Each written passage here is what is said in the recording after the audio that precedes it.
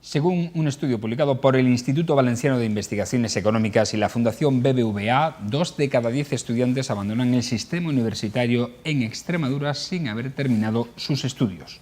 Concretamente el 17,8% frente al 21,4% de la media nacional. En esta cuestión no estamos mal del todo, ya que nuestra tasa de abandono es inferior casi en 3,5 puntos. Supongo, y entro ya en el terreno de la opinión personal, que es inferior porque un porcentaje importante de la población universitaria extremeña cursa sus estudios fuera de su ciudad de residencia, con el sobrecoste que ello conlleva, lo que hace que las decisiones se mediten algo más. Pero volviendo al estudio, en las universidades públicas esta tasa de abandono es mayor que en las privadas, porque el condicionamiento de las rentas familiares menores hace de espoleta, mientras que en la privada suele haber un mejor soporte económico familiar para aguantar y un mayor acompañamiento del alumno, como así señala el investigador y catedrático del IBIE, Joaquín Aldás. Y en esto también interviene el endurecimiento de las condiciones para la obtención de becas en el sistema público. Muchos alumnos comienzan su primer curso becados y ante el peor resultado académico que el que se establece o se pide en las ayudas, se produce una ruptura anticipada de la continuidad de sus estudios.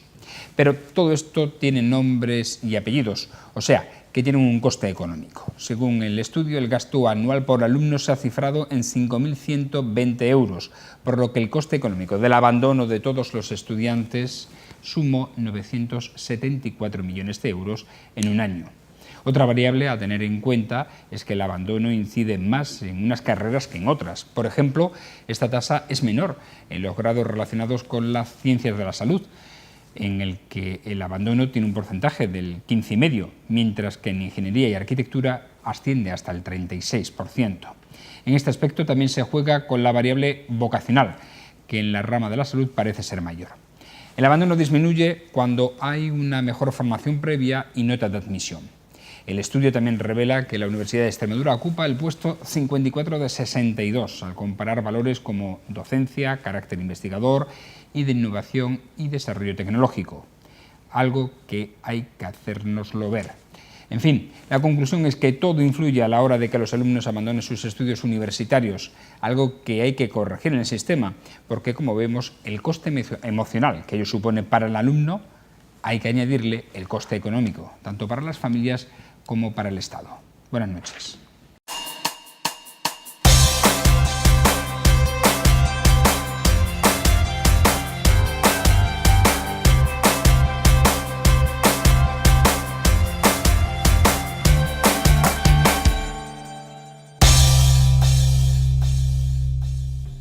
Bienvenidos a La Picota de este viernes. Afrontamos una nueva edición, final de semana de la resaca electoral de las elecciones generales, prácticamente metiéndonos ya de lleno a una semana vista en las elecciones locales, autonómicas y europeas. Vamos a saludar a quienes nos van a acompañar en esta jornada, hoy con algunos protagonistas distintos. Están con nosotros Irene Torres, buenas noches. Buenas noches, muy bien. ¿Qué tal la semana electoral? Pues muy bien, no ha sido tan cansada como esperaba, todavía me quedan fuerzas para las municipales, autonómicas y europeas. Ajá, ya así que muy bien. Afrontarla porque el jueves a las 12 de la noche comienza la campaña electoral de estos comicios. Sí, y con muchas ganas, con muchas ganas. Bueno, pues hablaremos de ello, estaremos muy pendientes de ello también. Rafa Angulo, buenas noches, ¿qué tal? Muy buenas noches, bien hallados todos. Aquí en el centro, entre Irene... me habéis pillado aquí, me habéis puesto en el centro, ¿quién me lo iba a decir? Yo que siempre estaba a la derecha. Pues el Mérida ha quedado ya campeón de Liga, quiero aprovechar para decirlo, sí. Que son los temas de mi barriada. Quiero decir, esto de la resaca depende, porque si vas al Chinche, uno es resaca, a otros se les atragantó bien atragantado, ¿eh? O sea, y todavía están intentando digerirla. Pero bueno, y ya lo he dicho otras veces en este programa, Irene, tú que eres de mi pueblo, en Mérida hay 3 estaciones, invierno, verano y la estación del tren. O sea, aquí ni primavera ni otoño, aquí pasamos directamente a quedarte. Entonces, como no somos tan listos como los romanos, que tenían un agua para regar y otra agua para beber, aquí hay que... los geranios me consumen que no te puedes imaginar. Pero bueno, eso le pasa a todos los que nos ven. Bueno, Carlos Munillo, ¿cómo está? Buenas noches. Muy bien, muy bien. ¿Qué tal la semana? Bien, la verdad que esta semana la campaña de las generales? Contento, cansado y ya, bueno, no nos da tiempo ni asimilar una y estamos ya metidas en otra. Así que otra vez ya estamos en modo campaña electoral de nuevo. ¿Quién no le va a decir qué estrés, qué años llevamos, eh? Todo, todo. Totalmente. Bueno, animados y entretenidos sí que estamos. Bueno, pues vamos a hacer primero una reflexión en torno a los resultados electorales que se han dado, si os parece, tanto en Extremadura como en Mérida, porque los generales ya los conocemos, de los pactos hablaremos después, pero creo que es importante hacer pues esa reflexión acerca de cómo han acontecido esos resultados en la capital extremeña, por ejemplo, Mérida. Mi versión a las cifras ya, sí, lo sé. De todos es conocido. Además, te he puesto mucho de ver con números, o sea que... Yo lo que, primero, cuando hay unas elecciones, lo primero es aceptar el resultado, eso está claro. Por eso me molesta a los que no lo han aceptado, y que curiosamente son la gente que teóricamente debía ser afín a mí. Es decir, porque esa misma noche echarle la culpa de tu derrota a que se ha dividido la derecha y tal, o ahora cuestionar el resultado de las urnas, pues a mí eso no me parece de cajón. Sí que en eso soy como los niños, creo que mantengo la capacidad de sorpresa. Lo de Ciudadanos me ha sorprendido porque Ciudadanos como partido no existe en Mérida. No existe, lo sabemos los que estamos aquí, Maima, que está detrás. Quiero decir, que echó hace poco a la estructura de Mérida, desapareció, no puede presentar ahora listas en muchos ayuntamientos porque no tiene ni cuñados, ni primos, ni hijos para meterte teniendo candidatos. Entonces, la gente es sabia cuando vota, es decir, que ha cogido una opción entre una derecha, que es verdad, que Vox con la etiqueta que a priori le han puesto, y después el PP, que ahora está recogiendo este hombre lo del otro, me parece que se ha equivocado. Yo quiero felicitar a Iván Redondo, creo que ha hecho un trabajo estupendo, o sea, otra cosa no se puede decir. Y me sorprende que también Tezanos, ¿verdad, Carlos?, que haya acertado cuando nadie lo esperaba. Termino con las otras dos cosas. Entrando en los resultados, yo estoy esperando ahora las municipales y las autonómicas porque tengo escrito ya un telegrama que es enterado de los resultados. Puedes imaginarte el estado de ánimo. Es una pena porque lo tenía para el otro y no lo voy a poder enviar. El PP ha sido un fracaso estrepitoso, está tocado pero no hundido, pero no es verdad que España sea socialista, o sea, de izquierdas mayoritariamente. Tú ahora ves el mapa de España y lo ves todo rojo y dices, ostras, aquí no hay nada que hacer. No, porque hace 6 años era todo azul. O sea, que tampoco... Y además, y eso es lo que, compañeros, quiero compartir con vosotros como preocupación, las dos Españas, es decir, el Frente Popular, porque este PSOE es el PSOE más radical que yo conozco, que ha ganado, mucho más que el de Felipe González y un poquito más que el de Zapatero. Pero claro, lo que pretende ahora Podemos de hacer un Frente Popular, ¿a vosotros nos parece que esto ha sido una campaña más a la contra que a favor?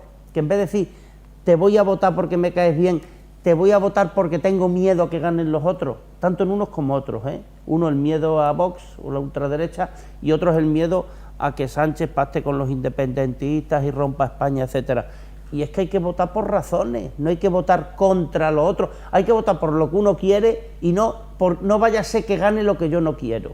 Y eso es lo que me ha preocupado de esta situación, el voto al miedo, la apelación al miedo, que por cierto ha estado en los dos bloques constantes, en uno y en otro. Yo lo dije el otro día aquí, es que en los debates el más moderado parecía Pablo Iglesias, o sea, de una cosa entonces, ¿con qué te queda? Yo no creo que Sánchez ahora, a partir de ahora, sea tan radical como antes, ojalá, ese es mi deseo. Irene. Yo creo que no ha habido una campaña del miedo, creo que ha habido una campaña de la ilusión en la que se ha hablado de las cosas conseguidas durante un tiempo, como la subida del salario mínimo y cuestiones que han afectado directamente la vida de la gente. Y por eso hay una mayoría que es de izquierdas o progresista, o hay gente que la considerará de una manera o de otra, pero ha habido dos tipos de pactos en la legislatura anterior, y uno ha sido con una formación de derecha, aunque se quiera llamar de vez en cuando de centro, que no ha conseguido nada por España, y uno ha sido con una formación de izquierda que ha conseguido la subida del salario mínimo, y ahí es donde están los resultados. Es verdad que no son los mejores resultados y no es el mejor escenario, pero creo que es un resultado bueno y que además no es que haya frenado a la extrema derecha, porque realmente la extrema derecha ha entrado en el Congreso, aunque ya estaba antes, porque muchos de los nombres de Vox eran antes de partidos como el Partido Popular o Ciudadanos, pero sí creo que al final las campañas se hacen apelando al trabajo que se ha hecho, y espero que las que nos vienen por delante sean igual. Creo que podemos darnos por satisfechos con los resultados si ahora se ejecutan en un gobierno y si ahora se ejecutan en una manera de proceder que sea para derechos sociales y que sea para que España sea una o sea, vuelva a recuperar cosas que había perdido. Pero la extrema derecha está y la extrema izquierda también. Vosotros estáis en el Congreso de Diputados y sois extrema izquierda. La izquierda son estos. Rafa, mira, yo creo que es que, a ver, aquí hay un tema claro, yo no estoy de acuerdo con lo que has dicho. Por eso estamos aquí, porque no te pensamos cuento, vamos, igual. yo creo que es que el PP ha abandonado un espacio sociológico del centro total y se ha derechizado. O sea, teníamos los tres partidos de derecha, estaban pugnando por a ver qué partido era más conservador. O sea, y mientras el PP y Ciudadanos y Vox estaban hablando de Cataluña, del tema catalán, estaba hablando de la derogación de la ley del aborto, estaba hablando de la licencia de armas, de los movimientos, de no al feminismo, no a lo gay. O sea, mientras hacía una campaña tan negativa, había otros partidos que estaban hablando de medidas sociales, estaban hablando de política social, y al fin y al cabo es lo que le importa a la gente. O sea, a la gente... a la gente mayor, o sea, a mis padres no le importa, o sea, el tema de Cataluña es un tema que preocupa, pero un tema que no se le va la vida en ello. A mis padres lo que les preocupa es llegar a fin de mes, tener una pensión digna, y a mí lo que me importa es tener una buena educación pública y un buen sistema sanitario público. O sea, el tema es que yo creo que mientras ha habido unos partidos que han hecho una campaña seria y con propuestas, a enfrente, o sea, el bloque de derecha, ya no hablo de centro-derecha, porque creo que el PP no ha hecho una campaña orientada al centro. O sea, el PP se ha estado, de hecho estaba ofreciéndole ministerios a la Abascal hasta hace poco, y han estado metidos en una lucha y a ver quién ocupaba el espacio sociológico más de derecha, y han dejado de lado las propuestas que le importan a la gente. Y a la gente lo que le importa es llegar a fin de mes, es tener un buen sistema sanitario, es tener un buen sistema educativo y cosas normales. A la mitad de la gente. Bueno, la otra mitad, te recuerdo que la otra mitad ha hablado a esos ha votado a esos tres partidos. La otra mitad ha votado a esos tres partidos. A más de la mitad porque no suma la mitad que tú dices. No suma diputados, pero en votos sí. No suma. Es decir, cuidado. No, por eso estoy diciendo que volvemos a las dos Españas, y a mí eso sí que me preocupa. Pero hay una España que no quiere hacerle daño a la otra. Hay una España que no odia y hay otra que sí. Eso porque lo dices tú. Lo dice el sentido común. Pero que dos Españas. Pues yo he votado a los otros. Rafa, pero es que yo el guerra civilismo. Es que funcionas con clichés y con etiquetas, Irene. Tienes que superar eso. Yo el guerra civilismo lo he visto más por un lado que por otro. No lo sé. Yo lo he visto más por un lado que por otro. Lo he visto, ¿sabes? Lo que te quiero decir. Yo, el tema de las dos Españas, yo lo he visto, el espíritu más guerra civilista y más más negativo y más buscando la confrontación, lo he visto más por un bloque que por otro. No generalice cosas individuales. Globalmente, yo, el guerra civilismo, acabo de decir que es lo que me preocupa. Es decir, pero démonos cuenta que España está dividida en dos bloques casi iguales. Pero eso pasa en España y pasa en todos sitios. Pero a mí lo que nos preocupa, lo que nos preocupa es lo que es donde vivimos. Pero que no es un caso aislado, o sea, que en todo el mundo hay gente de derecha y gente de izquierda, más gente más liberal y gente...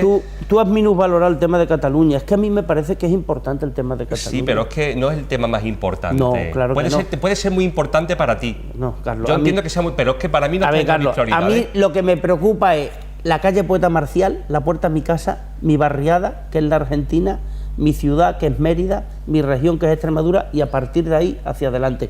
Y como yo creo que a todos lo has dicho tú, que a tu padre lo que le preocupa es el centro de salud, el precio del pan y tal. Pero si es que en eso Irene también está de acuerdo, o es que hay alguien que se salga de eso. Pues eso, pero es que hay gente que hay alguien que sea como un aerolito que cae. Pero es que hay partidos políticos que han hecho propuestas más cercanas a las preocupaciones de la gente, y hay otra gente que ha enfocado la campaña erradamente en un tema que no es prioritario, y la gente no sabe cuál es el claro. ¿Sabéis pruebas de que no debo de andar tan descaminados? Vosotros, en vez de hablar de las propuestas de Podemos, del PSOE, estáis criticando al otro bloque, al que ha perdido, y estáis basando vuestra argumentación contra los otros, en vez de subrayar lo vuestro. Mira, ¿cuál es el programa económico? ¿Cuál es el programa económico? Eso que me preocupa las dos Españas. Rafa, pero es que yo no he escuchado a ningún candidato de las tres partidos de derecha hablar de nada que no sea Cataluña, los gays, las armas, el aborto. Yo no he escuchado. Yo lo único que he escuchado ha sido a Vox hablar de programa económico. Ha dicho que los mileuristas paguen tributo en 100 euros de IRPF. Pero que esos han perdido. Hablemos de los que habéis ganado si queréis. Yo no tengo ni... Si hemos venido a debatir en el tono de las picotas. Decir que los que han ganado es los que han subido el salario mínimo. No, vosotros no habéis ganado, vosotros habéis perdido bastante. Bueno, nosotros estábamos en el pacto presupuestario que se llevó a eso. No, pero, a ver, es que yo no creo, si queréis lo tocamos también un tema. ¿Tú crees que la gente quiere un frente popular? ¿Tú crees que la gente quiere que vosotros, como estáis pidiendo vuestros líderes, una además se llama igual que tú, qué coincidencia tan agradable? Y a nivel regional también, queréis, vamos todas. estáis pidiendo, por favor... Es que ahora, yo no creo que Pedro Sánchez os nombre, ¿eh? Porque entonces sí que sería recuperar el Frente Popular ese que tan preocupado me tiene a mí. Ese Frente Popular que la ha hecho subir en votos, así que por tanto yo sí creo que nos va a nombrar. ¿Cómo que subir en votos? Pero si vosotros habéis perdido, Irene, que habéis bajado. Estabas hablando de Pedro Sánchez y te estaba contestando Bueno, que el PP a eso. perdió medio millón de votos respecto a las anteriores Y Andalucía. Ciudadanos ha subido, pero... Sí, el caso no es perder, el caso es que las cuentas que salgan y sumen. Y yo también, vamos, yo creo que de momento es muy pronto para hablar de estas cosas, teniendo, yo creo que Pedro Sánchez, hasta después de las municipales, no creo yo que se meta ahora a hablar de pacto. Yo creo que lo que se está hablando aquí son todas especulaciones.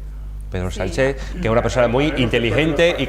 Hay que decir que la próxima semana se va a reunir o va a iniciar la ronda de negociaciones con los principales líderes, los líderes de los principales partidos, con PP, Ciudadanos y Unidos Podemos. Descarta hablar de momento con Vox, pero eso lo hablaremos después. Pero al final Por cierto, que habla con Vox, porque Vox, les guste o no, representa a muchos españoles que le han votado. Él puede estar en desacuerdo, como estáis, pero es que quieras o no quieras, es un voto tan democrático como otro. Quiero decir, mirad, una señal... José Antonio Zarzalejos le ha criticado en un artículo en el Confidencial, porque dice que la ronda de contactos la debe iniciar primero el rey, que es el protocolo, y no debe iniciarla el aspirante a la presidencia del gobierno. ¿Qué opinas de eso? Hombre, yo creo que son cosas independientes, porque Pedro Sánchez lo que está haciendo ya son pactos de gobierno a nivel interno, una vez ya que cuando te nombra el rey es como hacía antes, que era para ver si vas a dar el paso. Acuérdate cuando Pedro Sánchez llamó a Rajoy las primeras elecciones, y Rajoy no es que no había sacado apoyos previos para ser presidente y renunció a ser presidente, y luego fue cuando convocó a Pedro Sánchez. Probablemente también le aligere al rey de abajo, porque es más fácil decirle al rey, oye, yo voy a ser presidente, no hace falta que te entrevistes con nadie, que ya tengo los apoyos suficientes a no estar ahí tanteando a otros. Bueno, yo eso tampoco le doy tanta importancia. Yo me parece que en una cosa estoy de acuerdo con Irene, es decir, creo que el bloque de derecha se ha pegado un tiro en el pie, por decirlo de una manera elegante, y se han perjudicado a sí mismos. Pero yo, sinceramente, ahora lo que me cuestiono es el bloque de izquierdas, por llamarlo así, porque no creo que sea el centro. Irene es una cosa, y la izquierda y el PSOE ocupa parte del centro y vosotros no. Bueno, ¿O no estás de acuerdo Irene, en eso? Tampoco aspiramos a hacer una parte del centro. Creo que además los términos izquierda-derecha, que es verdad que se están usando mucho y con los que yo ya he dicho en varias ocasiones en esta picota que no es solo lo que importa, sino que hay mucho más.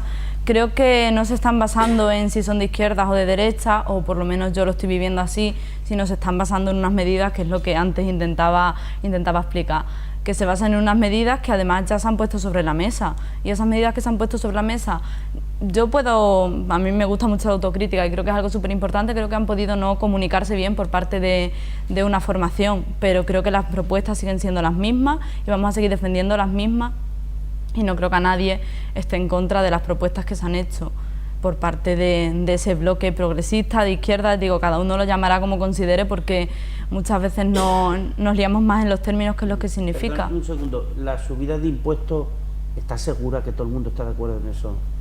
Con la subida del Claro, salario porque mínimo. para pagar cosas de las que vosotros proponéis hay que subir los impuestos. Sí, a las clases más altas, y por supuesto que estamos de acuerdo. Yo no soy clase alta, yo soy pensionista. Y no creo que nadie te vaya a subir los impuestos. Le subirán los impuestos de manera progresiva, efectivamente. Es que yo estoy a favor de la subida de impuestos, porque es que los impuestos son los que mantienen los servicios públicos de calidad. Pero no la subida de impuestos. Progresiva. Y, una subida de por impuestos ejemplo, progresiva. Yo estoy a favor de que más tiene más pague. Y yo estoy a favor de que los impuestos mantengan los y servicios hacer públicos. bien y evitar el mal. Pero sí Porque es que decir cosas en las que... Pero ¿qué ¿en quién mantiene, se va a poner a eso? ¿qué mantiene los hospitales? ¿Qué mantiene las universidades? El Estado a través de los impuestos. Sí. A ver, claro. Yo lo que cuestiono es la subida de impuestos. De manera somos las progresiva, clases medias las clases las que medias no la van a después nos sufrir. fastidiamos. Pues no, Claro pues que no. precisamente una Yo no sé subida, por qué una tenía subida- razón. Los que más No, pagan, hombre. después resulta que no pagan los Pues impuestos. una subida de impuestos progresiva significa que a lo mejor las clases altas son los que más paguen y las clases medias estén más desahogadas. Una cuestión.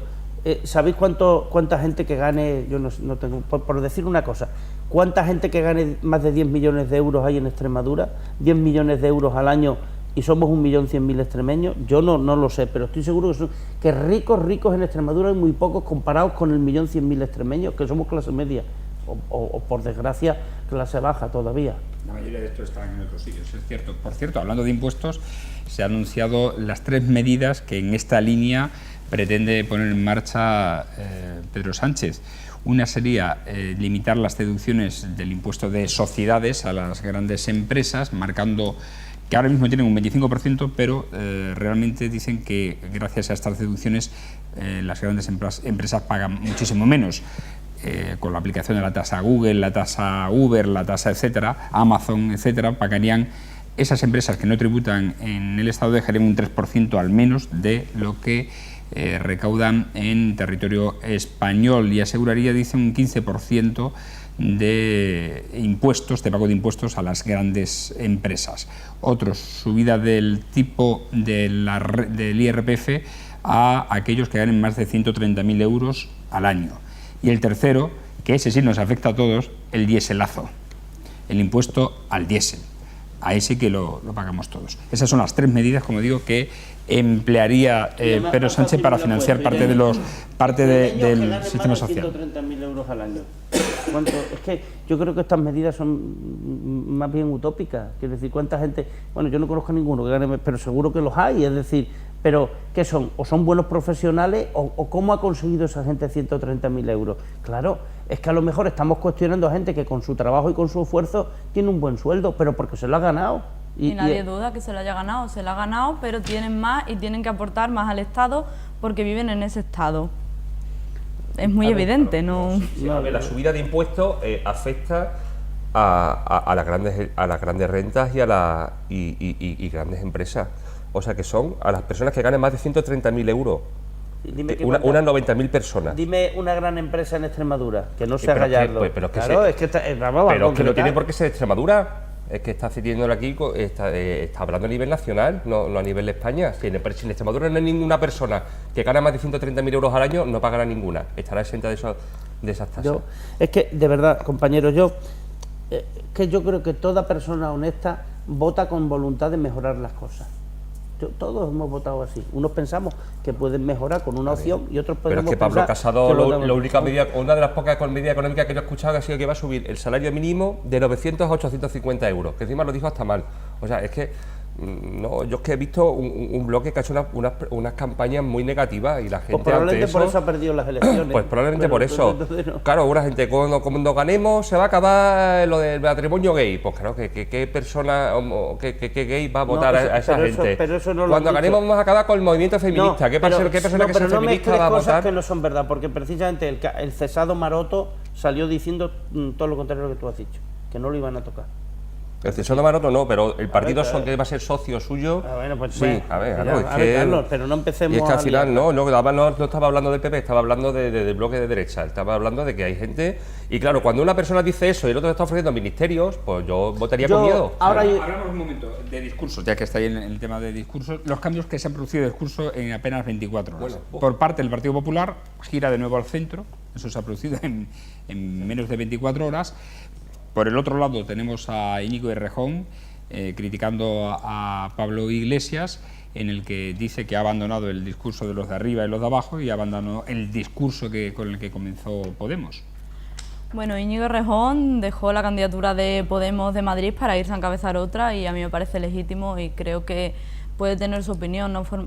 Creo que Podemos no ha abandonado el discurso de izquierda y la derecha, creo que a lo mejor sí que no, como hablábamos antes, no ha usado los términos adecuados a nivel comunicativo con arriba y abajo. Sí que para mí hubiese sido un poco más importante meterlo en la campaña, pero no creo que haya abandonado la esencia, creo que a lo mejor ha abandonado los términos y a eso se puede referir Errejón. Es cierto que Errejón siempre ha tenido un bloque, incluso dentro de la formación, en el que defendía una cosa que la actual dirección de Podemos no ha defendido y por tanto han hecho campañas totalmente diferentes. Si Errejón hubiese ganado unas primarias que no ganó, pues sería otra la línea. Pero ¿no crees que ese ha sido el problema de que Podemos, Unidas Podemos en este caso, haya perdido tantos votos por el camino? ¿Se haya dejado?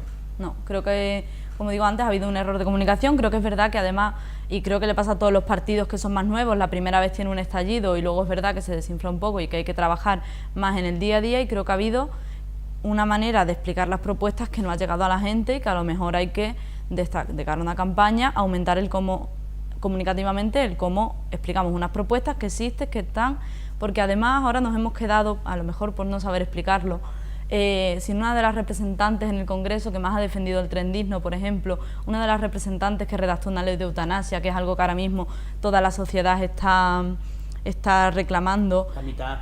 Bueno, la mitad de la sociedad está reclamando, si le apetece decirlo así al compañero. Entonces nos hemos quedado sin una representante en el Congreso de las que mejores medidas han llevado durante la última legislatura, y a lo mejor tenemos que hacer esa autocrítica de cara a una campaña que viene y mejorar en cómo explicamos esas propuestas que se han hecho, que se han realizado y que estaban ahí.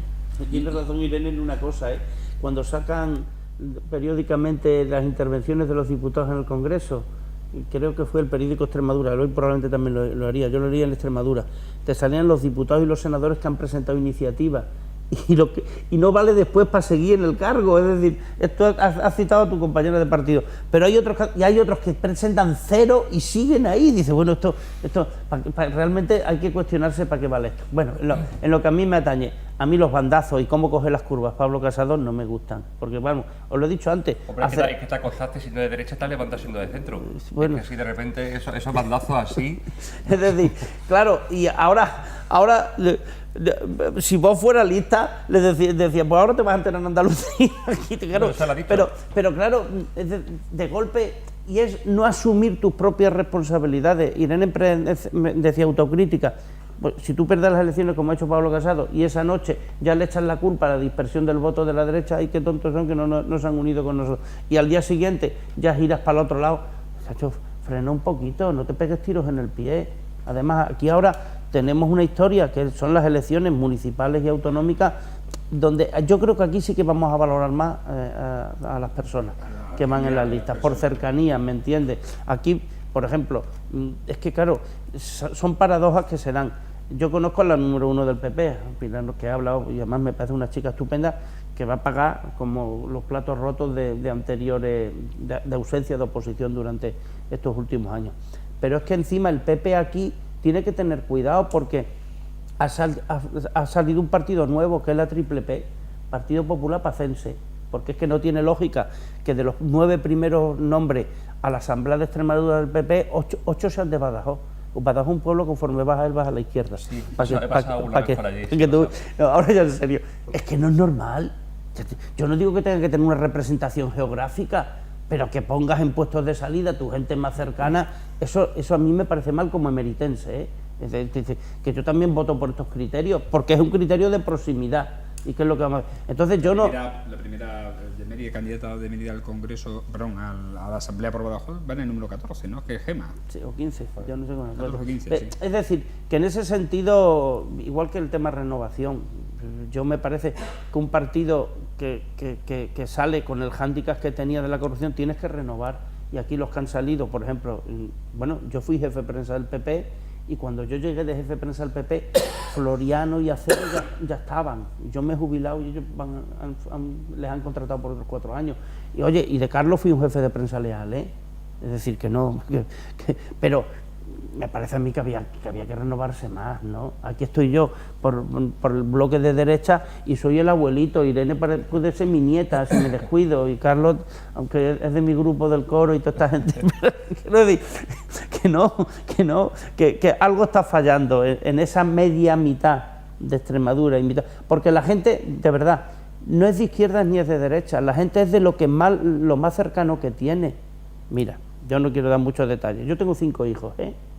Pues hasta hay uno que os ha votado a vosotros, para que veas. Quiero decir, que es que la gente funciona por esquemas que no son tan... Pero eso me preocupa a mí mucho, que en casa hay temas que ya no puedo tocar, porque entonces me enfado con mi hijo. Pero tú lo tienes perdido la batalla desde el momento que tiene hijos que se hicieron del Madrid. O sea, ahí has perdido la batalla totalmente. Eso es bastante peor. Ahora, y otra cosa, ya aprovecho para decir... La de gente que es del Barça ahora, ¿eh? Ahora sí, claro. Ahora, Eso pues pasa como la de las gente elecciones. la de sí, gente que sí. va a salir de Ciudadanos a partir de ahora ya. De todas maneras, va a yo pasar lo mismo. creo, Rafa, que los resultados de las generales no son extrapolables a Mérida, no, o sea, a las municipales. Ah, no, Aro aquí no tiene ningún problema, pero desde hace meses. No, pero no digo, A ver, digo en todo, digo que no son extrapolables porque es que, claro, el ciudadano que hablaba, el candidato que no se le conoce, que se le conoce poco, claro, es que no tiene nada que ver. La gente que ha votado a Albert Rivera no tiene por qué votar al mismo partido aquí en Mérida, o sea, ¿sabes? No sé si me explico. Yo creo que es que no es extrapolable. De todos los partidos, a ver qué piensa Irene, el que más peso tiene el líder, yo creo que es Ciudadanos, ahora mismo. Pero digo en Mérida, digo a nivel local. En Mérida he digo hecho a una nivel lista local. Ciudadanos, la que conozco yo en municipal, que va Cristina de número 3. Cristina es mi sobrina también, para que lo sepa. Quiero Está bien decir, saberlo. de gente joven. O sea, y a mí me parece bien, es un riesgo, me comprende. Pero después del patinazo que pegó Ciudadanos en las últimas elecciones, que sacaron 2 sin mérito ninguno por su parte, No, y los y se- tuvieron que echar del y partido se a los pocos denunciaron meses, a los pues ya 2 me días dirás. estaban denunciados A ver, uno al otro, claro, sí. es decir, que después de eso, por eso hay partidos donde hombre, aquí quién va a cuestionar que Álvaro Jaén ha hecho cosas. Álvaro Jaén, Álvaro Vázquez. Es decir, Quiero que nadie lo cuestione porque Ya, tiene no. una trayectoria intachable en Mérida. efectivamente, es decir, y lo conoces, ¿me entiendes? Claro. Y sabes quién es, y sabes...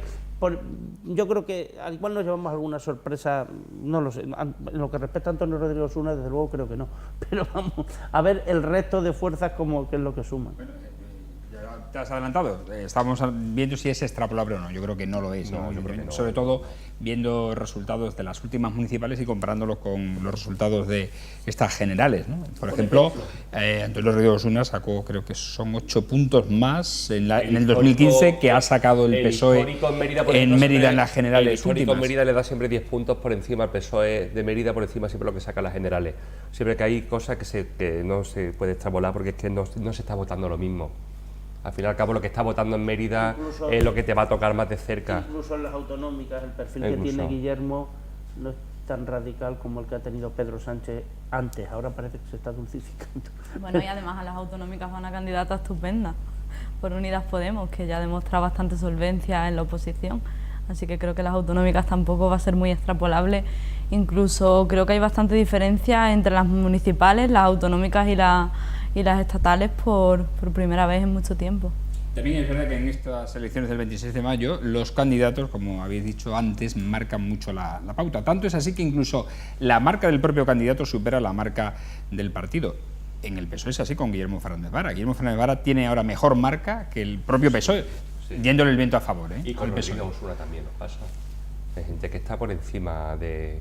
Claro, que vende más que la marca del partido. Bueno, y en el PP hace poco, lo he escuchado esta mañana también, que va a asumir que haya partidos, que haya candidatos que se desvinculen de la marca para hacer las campañas. Es normal, claro. Si al final lo que cuenta son los resultados y si al final muchas veces la marca resta más que suma y el candidato vende más, lo veo legítimo y lo veo normal.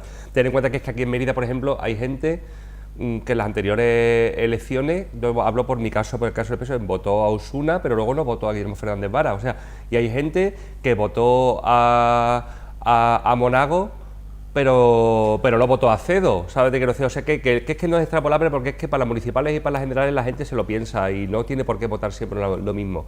Hay que tener cuidado. Sí, es cierto que en la general hay un factor más emocional, más de simpatía hacia una fuerza u otra, hacia un partido, hacia una corriente, y el candidato en las locales y autonómicas pesa más, quizás. Yo aquí, Irene, tú eres muy joven y no lo sabes, pero y le gustó a Antonio Rodríguez Osuna. Lo comparé con 2 alcaldes que han hecho, porque claro, cuando un alcalde, Mariano Gallego en Don Benito, Manolo Rojas o Miguel Celderán en Badajoz, eran alcaldes que además tenían esto de que no hacían de estas diferencias, que atendían a todo el mundo igual. Y yo no sé el peso, porque mira, en lo que conozco, que es del PP, me precio de ser amigo del alcalde de Trujillo, y ha ganado el PSOE en Trujillo, pero Alberto Casero yo creo que, bueno, yo no puedo aventurar porque si hago porro las pierdo, pero que hay ciudades donde el PSOE ha ganado ahora y los alcaldes no son malos. Te cito casos, en Cáceres, Plasencia, Fernando Pizarro y Alberto Casero, y aquí una persona que también es amiga mía, que se llama Tina, que es la alcaldesa Fregenal. y ha ganado el PSOE en todos esos sitios. Vamos a ver ahora qué ocurre, porque la cercanía hace mucho y el cruzar a alguien, el ver a alguien que dice, oye, voy a tu barriada, toma café y hablamos del silo. Quiero decir que estas cosas unen, me parece a mí, vamos. Bueno, por ejemplo, lo de Álvaro... Pero conozco mucho a los candidatos que ha habido antes también, y a Vélez y a gente de otras épocas, que soy muy joven pero tengo mucha trayectoria. Hombre. Pero por edad tampoco los ha podido tratar. Yo un candidato que viene al Chinche ya de momento tiene medio voto mío seguro. O sea, ya, y como repita, y como vaya al Nevado ya no hay color. Trujillo precisamente está viendo el resultado, aunque efectivamente ha ganado el PSOE con 33,3%, el PP es la segunda fuerza, a diferencia de las grandes ciudades en las que Ciudadanos ha sido la segunda fuerza y ha superado al PP. Solamente Plasencia y Trujillo, el PP ha superado a Ciudadanos como segunda fuerza. La segunda fuerza Ciudadanos. Sí. Por eso digo, no, en las grandes ciudades... A mí me sorprendió mucho que la fuga del PP... En las 7 grandes ciudades, salvo en Plasencia, la segunda fuerza ha sido a mí me sorprendió, Ciudadanos. Me sorprendió porque y la primera ha sido el PSOE en las 7, por primera vez, porque ciertamente las anteriores legislativas, las anteriores comicios generales, ni Badajoz, ni Cáceres, ni Mérida los ganó el PSOE, lo ganó el PP en el 2016. Sí. Yo estaba expectante porque no sabía la fuga de votos del PP, todos sabíamos que los resultados del PP no iban a ser buenos, pero yo estaba expectante cuando entra Vox en el panorama político a ver para dónde iba la fuga de votos del PP, y bueno, sí, ha sido mucho votos a Ciudadanos, mucho votos Ciudadanos. Yo creo que ha sido la gente más centrada. Que la lista que han hecho para las autonómicas, los 3 primeros, que son los que conozco, porque uno va Nono, otro el alcalde y el tercero es Ángel Pelayo, o sea, son PP, es decir, que realmente no, se han ido el PP y van por vos, o sea, tampoco es que haya mucha diferencia. Veremos ahora qué pasa también. Pero bueno, la verdad es sorprendente, porque es que, claro, la izquierda siempre ha estado dividida. Siempre, a lo largo de la historia siempre ha estado Izquierda Unida, siempre ha estado Podemos, PSOE, siempre ha habido mucha izquierda, y en otras comunidades siempre ha habido que republicana, que siempre ha habido mucha izquierda y una sola derecha, y ahora es curioso ver cómo ahora hay mucha más derecha que izquierda prácticamente. El primer alcalde de Mérida del PSOE lo fue porque entonces el Partido Comunista le apoyó, y la ORT. No, la ORT. Entonces, quiero decir que está esto de la diferencia. La derecha fue a partir de la refundación de Alianza Popular en el PP en el 89, ¿no? Porque antes sí había más fuerzas de derecha, estaba Unión Liberal, Partido Demócrata Popular, había más fuerzas. Algunos pretenden comparar esto con lo que pasó con la UCD, que acabó con la UCD, por cierto, porque eran todas las familias o tendencias o corrientes y dinamitaron aquello. Y parece es que no tenemos memoria todo, y la historia se repite cíclicamente. Mira lo que ha ocurrido aquí. Pero insisto, yo no veo una España roja ni una España izquierda, veo a media España. Y eso un presidente de gobierno responsable y un hombre de Estado no puede azuzarlo. Es decir, Pedro Sánchez, confío en que cambie a partir de ahora, que ya tiene fuerza suficiente, y no haga esa política radical. Es decir, ¿por qué ha ganado con el paso del tiempo Felipe González? Porque es que se ha visto que lo que hizo no era tan como aparentemente radical podía hacerlo, me explico.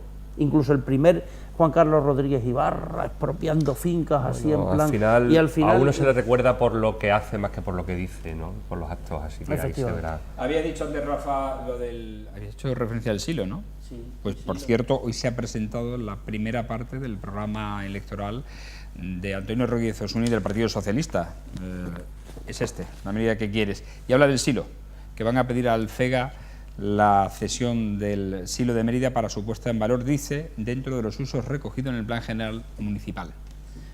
Habrá que preguntarle a Antonio Vélez si comparte o no comparte. Carlos, háblanos del programa este.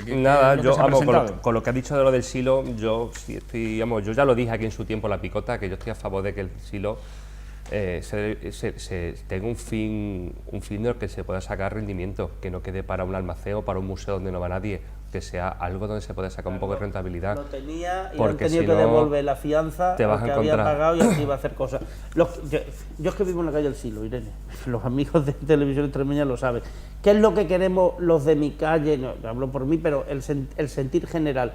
Que hagan algo, que hagan algo. Es decir, pero lo que no puede ser es que pase el tiempo y eso se llene de ratas, de polvo y de abandono. Digo abandono bien, porque el hombre que hace 4 años o 5 ya se jubiló, el que estaba allí, y no lo han sustituido por nadie.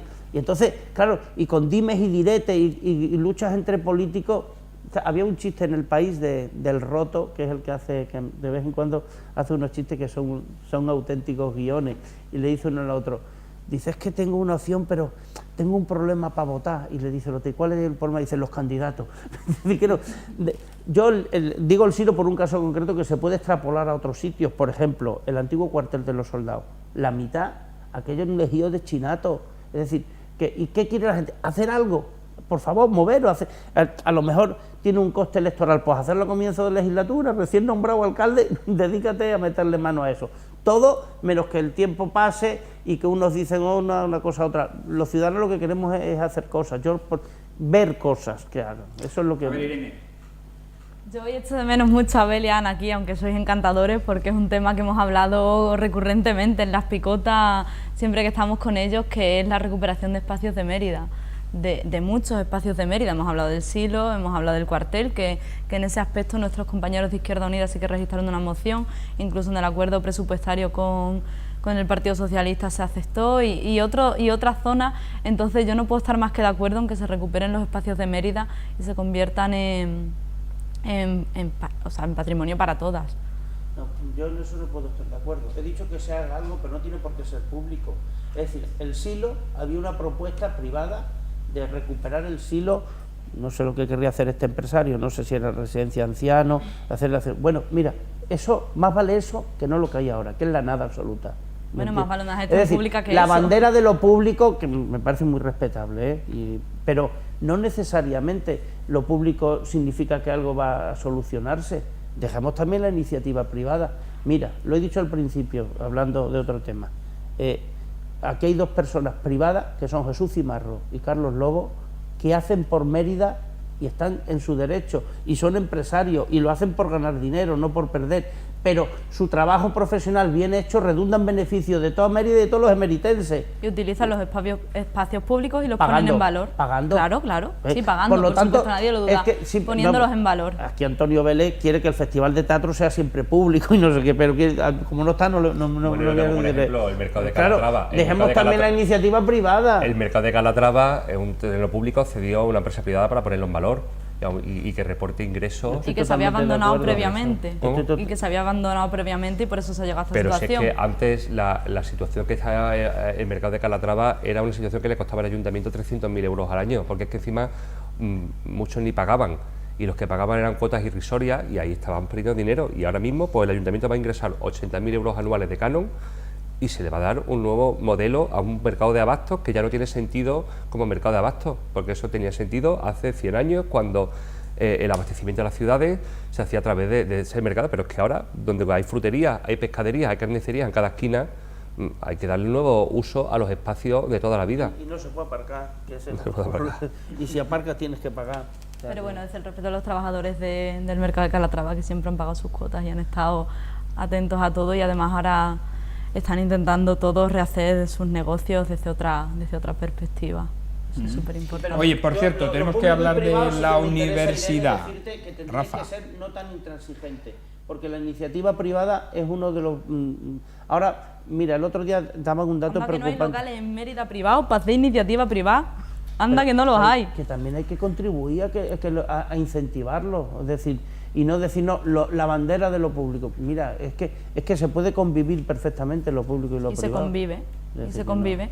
Bueno, hablamos de la universidad, lo que hemos dicho en la editorial, que es importante. 2 de cada 10 estudiantes, el 17,8%, abandonan el sistema universitario en Extremadura, sin haber terminado sus estudios. No voy a repetir los datos porque ya lo hemos dado antes en el inicio del programa, pero realmente en Extremadura no estamos tan mal como en la media nacional, estamos 3,5 puntos por debajo de la tasa de abandono. Es curioso lo del tema de la vocación, que haya carreras con más vocación que tienen menos abandono, las relacionadas sobre todo con el tema de las ciencias de la salud, y sobre todo el coste, ¿no?, económico que ello supone este abandono, ¿no? ¿Sabéis que hay en Cáceres, ya no sé porque ya se llaman grados como hay, que hay digo Cáceres porque es el sitio en la Facultad de Derecho, algunas carreras que tienen más profesores que alumnos. Sí. Es decir, y eso es un coste económico letras grave. puras, seguro. Y- de aquí a topografía. Entonces, claro, es decir, y yo creo que el error fue de planteamiento cuando se hizo la Universidad de Extremadura, es decir, bueno, incluso, pero después ha habido un error de pensar que había que ampliar el campus, que eso nos ha afectado a los emeritenses, porque hemos estado mucho tiempo ilusionados con un campus universitario y no ha podido ser.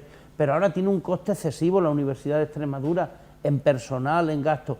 Y otra historia que os quiero plantear a vosotros, es que ¿por qué la gente tiene que estudiar en la universidad? Yo tengo una experiencia, como tú lo sabes perfectamente, con la Escuela Familiar Agraria.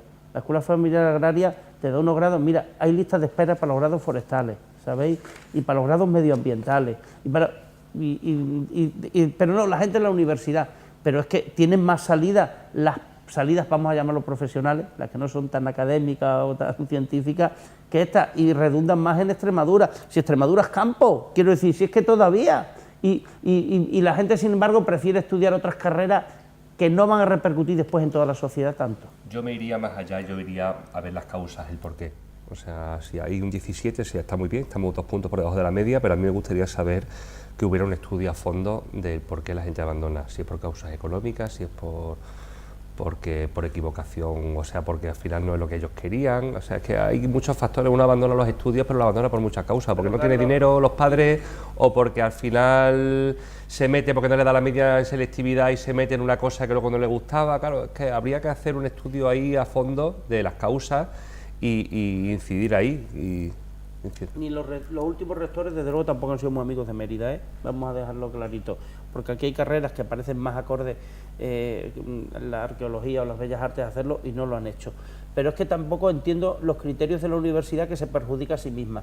Abrir una facultad de periodismo o comunicación o como tú quieras, con el nivel de paro que hay en mi profesión, yo ya estoy jubilado, a mí no me afecta, es sumar a ese mercado laboral más gente en algo que ya está colapsado, que a lo mejor tenían que ir, como he dicho Irene, cosas que después repercutan en la sociedad y gestionarlo desde la universidad también.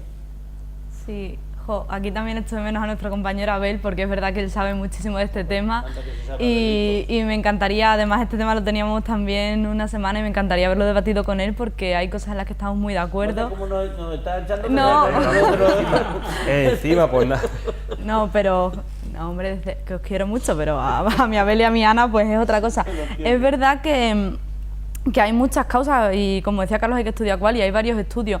Hay un porcentaje que la verdad que no me lo sé y no es que sea muy alto, pero es un porcentaje y por tanto creo que hay que trabajar en él, de personas que abandonan las carreras para trabajar porque no tienen cómo mantenerse. Es un porcentaje que habría a lo mejor que ver y regular otra vez el tema de las becas, porque se ve que ha habido becas que llegan en septiembre o en agosto del año siguiente, que eso para una familia que tenga lo puede mantener, pero una familia con problemas económicos es imposible que pueda mantener una beca que le llega en agosto. Es que o en mayo, cuando ya el curso está casi acabado y ha tenido que mantenerse en un piso, Luego sí que hemos hablado en una de mis primeras picotas, hablamos sobre el tema de las carreras universitarias, las especializaciones y cómo la mayoría de carreras universitarias al final que se estudian en Extremadura, la gente no encuentra trabajo de eso en Extremadura y acaba yéndose fuera.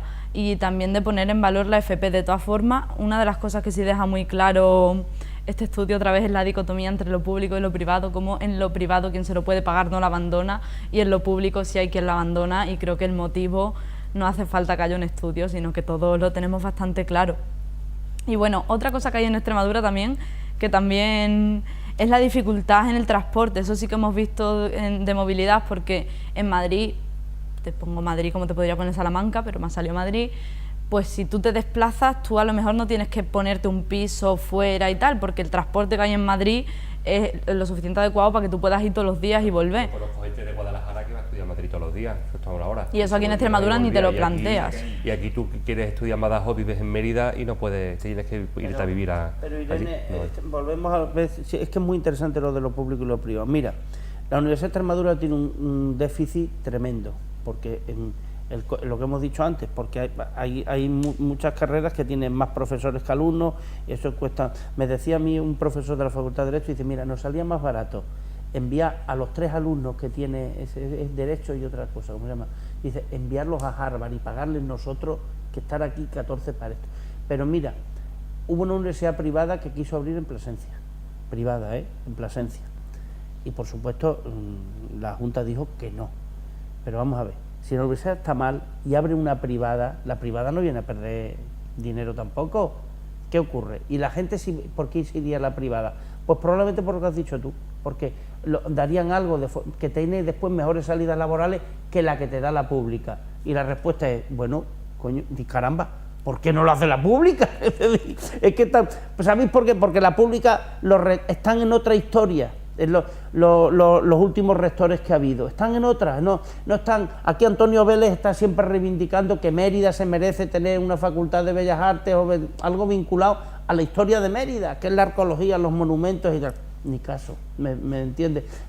Y entonces, al planificar mal, eso sí, rechazamos la privada por el atavismo de que lo primero la educación tiene que ser pública. Pero si es un negocio el de la privada, vosotros no le vais a pagar a la privada. Si la privada se atreve a poner una universidad en Plasencia es porque ve que hay nichos, porque va a haber gente a estudiar ahí. Insisto en lo que te he dicho al principio, Irene. Luego la cuestión, la culpa la tiene la pública, por no ofrecer las cosas que la gente... La pública no, la culpa la tiene quien ha gobernado la pública y quien ha hecho que estemos como estamos. Al final lo público si la pública es lo que lo convierte. La ha gobernado o el PSOE o cuando yo era del PP. Es decir, que no. Bueno, pues háganselo mirar. Claro, háganselo mirar, porque si ofrecen lo que la gente necesita, la gente estudiará en la pública.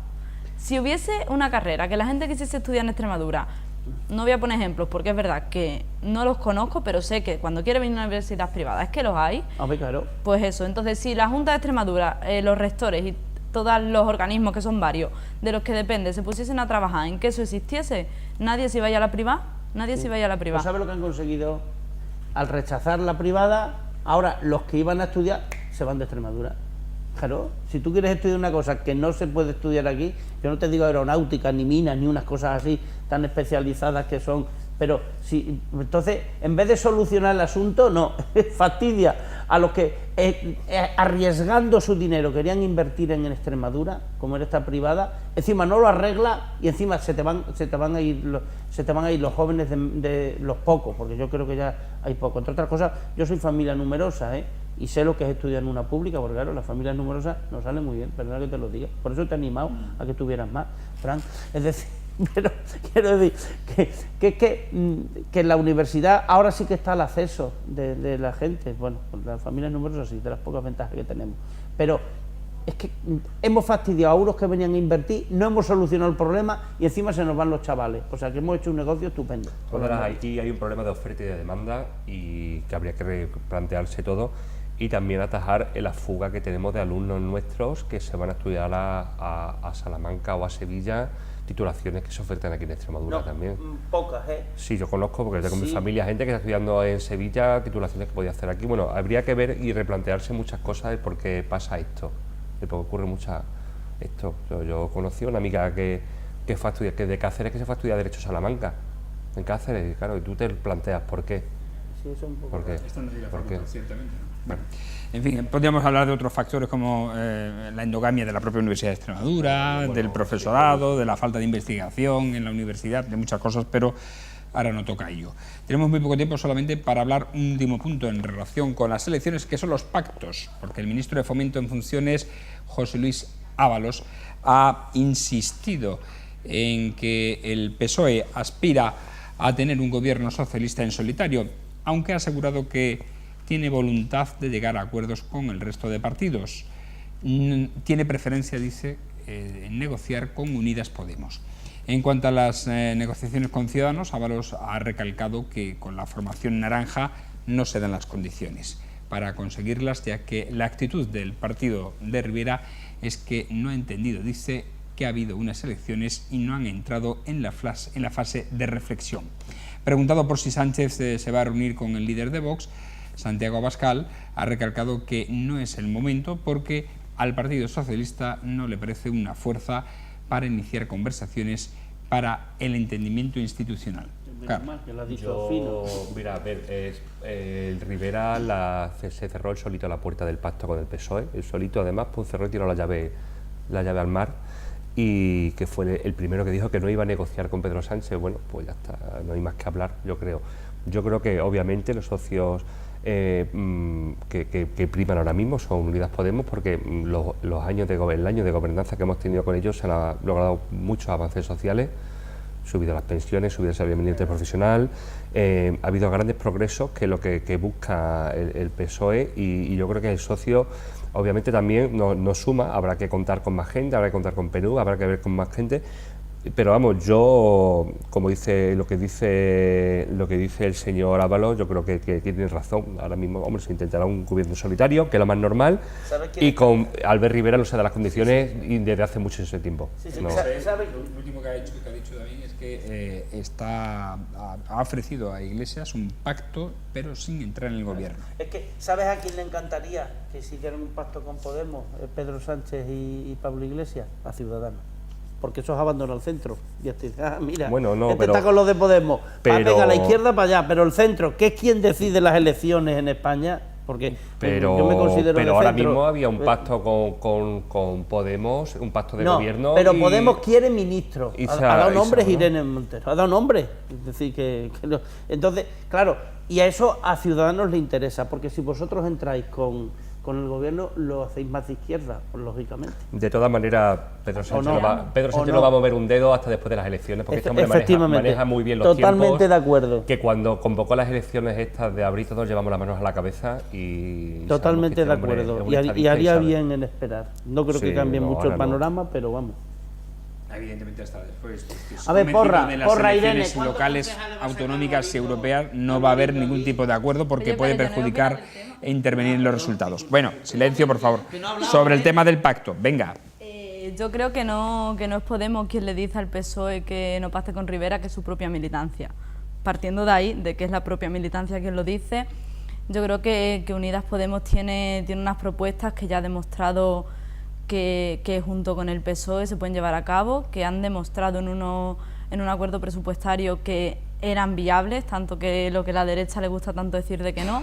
O sea que creo que es un momento en el que, después de las elecciones municipales, autonómicas y europeas, porque antes no creo que nadie se atreva a hacer nada, creo que llegará, y creo que además demostrará que España es diversa, porque necesita más gente, necesita otro tipo de partido, y demostrará la diversidad que está a la altura en diversidad. Yo creo que España va a empezar a demostrar que está a la altura en diversidad. mójate, ¿tú qué quieres? ¿Un pacto, como ha dicho Carlos, pero sin entrar en el gobierno, o vosotros queréis entrar en el gobierno? Nosotros queremos entrar en el gobierno, no me tengo que mojar, lo ha dicho el líder político de mi formación. Pues no. Y lo ha dicho la líder político de mi formación, que es Irene Montero, y lo ha dicho la líder político de mi formación, que es Irene de Miguel. De Lo todas hemos maneras, dicho las tres Irene. ahora es el momento de los órdagos de todos los partidos y para sentarse a negociar. Ahora tú pides mucho, tú pides 100 para luego conseguir 50. Ahora mismo está todo el mundo en el rito este de la danza. Nada de nada. No va a haber nada. Y con la porra Bueno, que me se has puede dicho que negociar, hagamos, pero el resultado de las negociaciones no las sabemos hasta después de las yo- locales salimos a y ganar. autonómicas. Es lo único que puedo decirte, salimos a por todas. A ver, Me ha dicho que haga una porra sobre cuántos concejales iba a sacar Álvaro Vázquez, salimos a ganar. Ah, bueno, Eh, venga, claro. si queréis hacernos una porra y la No, anotamos salimos aquí. a ganar, es todo lo que puedo Pero decir. mójate. No, salimos a ganar. yo creo que quien va a ganar, lo llevo diciendo, como sabes, hace ya un año y pico, tranquilamente, es Haro.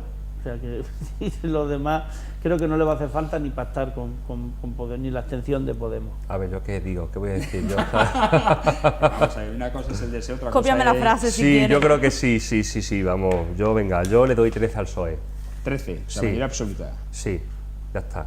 Yo aspiro a lo máximo. Ya que nos podemos a pedir, vamos a pedir bien, ¿no? Las mayorías absolutas hacen mucho daño a los gobiernos. Bueno, pero da mucha estabilidad también. No. Decía Denauer que el poder de... ¿Te acuerdas? No, Denauer, no, este era Ancelotti, que el poder desgasta, y decía, sí, sobre todo el que no lo tiene. La oposición es muy fría. Nos vamos, señores, no hay tiempo para más. Agradecer, como siempre, a nuestros picoteros su análisis y su opinión en torno a los temas de actualidad que hoy hemos tratado en este viernes, último día de la semana. Gracias a Carlos Murillo. Nada, hasta la próxima. Rafa, gracias. Los colchoneros los segundos en la liga, y el Mérida juega pasado mañana celebrando el ascenso contra el Racing Valverdeño, Sí, partido en la cumbre. pero tienes hijos del Madrid, te lo voy a restregar. Qué casualidad que el del Madrid vota... Dios mío. Irene, hasta la próxima Yo soy del semana. Atleti, así que... Tú eres colchonera también, mira, en Yo soy algo del Atleti. coincidís los dos. Así que... Para que veáis. Bueno, hasta la semana Hasta que la viene. próxima semana. A ustedes agradecerles como siempre su atención, instándoles a que nos sigan en las redes sociales, en Facebook, Twitter, YouTube Instagram, donde pueden ver programas como este, de La Picota. Les esperamos la próxima semana para afrontar de nuevo una semana decisiva con el comienzo de la campaña electoral para los comicios del 26 de mayo. Hasta entonces, buenas noches y disfruten mucho del fin de semana. Que sean felices.